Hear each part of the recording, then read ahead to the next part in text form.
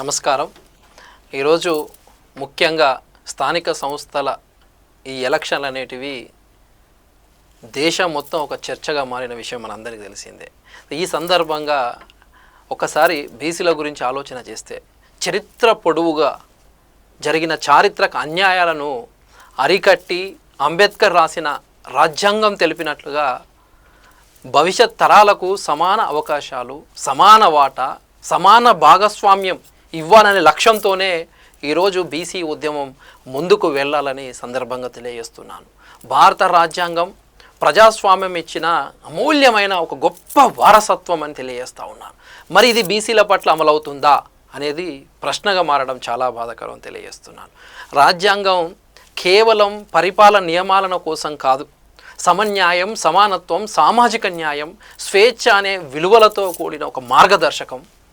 అలాంటిది దశాబ్దాలుగా బీసీలు అణచివేతకు గురి కావడం చాలా బాధాకరం, హృదయం బరువెక్కే విషయం అనే సందర్భంగా తెలియజేస్తున్నాను. అణచివేయాలని ప్రయత్నిస్తే ప్రజలే ఆయుధంగా మారే పరిస్థితి ఏర్పడ్డది. హక్కులు అడిగే రోజులు ముగిశాయి. పోరాటం చేసి సాధించుకోవడమే రోజులు. పోరాడితే పోయేదేమున్నది, బానిస సంఖ్యలు తప్పని అన్నాడు కవి చెప్పిన విషయం గుర్తు చేసుకోవాల్సిన సందర్భం. సామాజిక అన్యాయం ఎక్కడైతే మొదలవుతుందో అక్కడ ఉద్యమం అగ్నిలా రగులుతుందని సందర్భంగా తెలియజేస్తున్నాను. దేశానికి స్వాతంత్రం వచ్చి 78 సంవత్సరాలు దాటిన ఈరోజు బీసీలు, బలహీన వర్గాలు, అత్యంత వెనుకబడిన కులాలు, సంచార కులాలు, అర్ధ సంచార కులాలు ప్రజలకు రాజ్యాధికారం ఇంకా ఆమడు దూరంలోనే ఉంది. కనీసం సర్పంచులకు కూడా గెలవలేని పరిస్థితి, గెలిపించుకోలేదా, కనీసము పదవులు కూడా ఇవ్వలేని పరిస్థితి.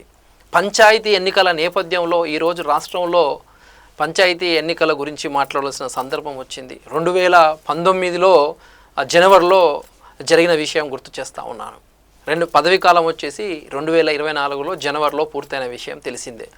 అయితే ఆ తర్వాత ఫిబ్రవరి నుంచి ప్రత్యేక అధికారుల పాలనలో రాష్ట్రం కొనసాగుతూ ఉంది.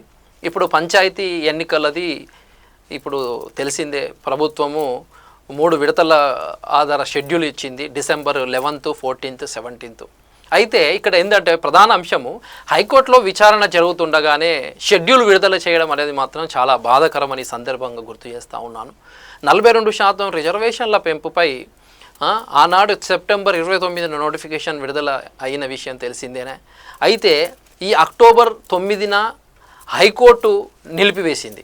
అయితే సుప్రీంకోర్టు కూడా కొన్ని ఆదేశాల ప్రకారము 50% దాటకూడదని, ఎస్సీ, ఎస్టీ, బీసీలు కలిపి 50% లోపే అమలు చేయాలి అనే కాన్సెప్ట్ మీద ఇప్పుడు ప్రభుత్వం నిర్ణయం తీసుకొని జీవో నంబర్ 46 November 25న విడుదల అయింది విషయం తెలిసిందే.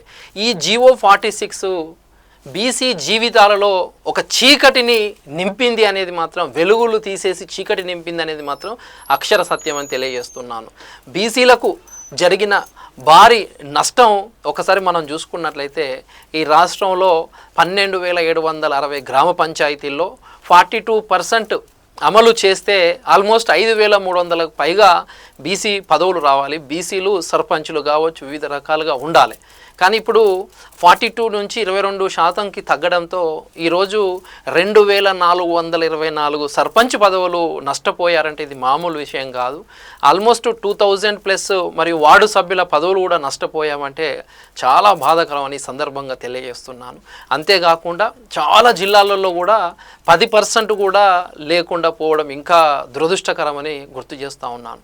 ఈ రిజర్వేషన్లు తగ్గించడం వల్ల ఆల్మోస్ట్ 50% సీట్లు తగ్గడం చాలా బాధాకరం.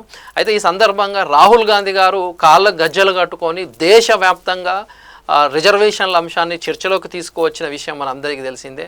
మరి అలాంటిది ఈ నిర్ణయం అనేది కొంత బీసీలలో అసహనం కలిగిస్తుంది అనేది వాస్తవం అని తెలియజేస్తున్నాను. ఈ రాష్ట్ర ప్రభుత్వం మొదటి నుంచి కొంత సపోర్ట్ చేసి ఈరోజు ఈ నిర్ణయం అనేది దానివల్ల బీసీలు కొంత దూరమయ్యే అవకాశం కూడా స్కోప్ ఎక్కువగా ఉందని తెలియజేస్తున్నాను. అయితే ముఖ్యంగా ఈ యొక్క బీసీ సమస్యకు పరిష్కారం, శాశ్వత పరిష్కారం మాత్రం ఏంటంటే 9వ షెడ్యూల్లో పెట్టడమే శాశ్వత పరిష్కారం అని సందర్భంగా తెలియజేస్తూ ఉన్నాను. ఎందుకంటే రాజ్యాంగంలోని ఆర్టికల్ 31 ప్రకారము 9వ షెడ్యూల్లో చేర్చిన చట్టాలను ఏ కోర్టు కూడా రద్దు చేయలేరు. ఇతర తీర్పులు కావచ్చు, ఆదేశాలు కావచ్చు, విరుద్ధంగా ఉన్నా కూడా అమల్లోనే ఉంటాయని సందర్భంగా గుర్తు చేస్తూ ఉన్నాను. ఇప్పుడు సుప్రీంకోర్టు, హైకోర్టులు 50% పైబడిన రిజర్వేషన్లను కొట్టివేస్తున్నది మనం చూస్తూ ఉన్నాం. కానీ ఆ తీర్పులు మాత్రం తమిళనాడుకు మాత్రం వర్తించట్లేదు. ఎందుకంటున్నానంటే వాళ్ళు 9వ షెడ్యూల్లో పెట్టారు కాబట్టి అవి ఏది వర్తించడం లేదు.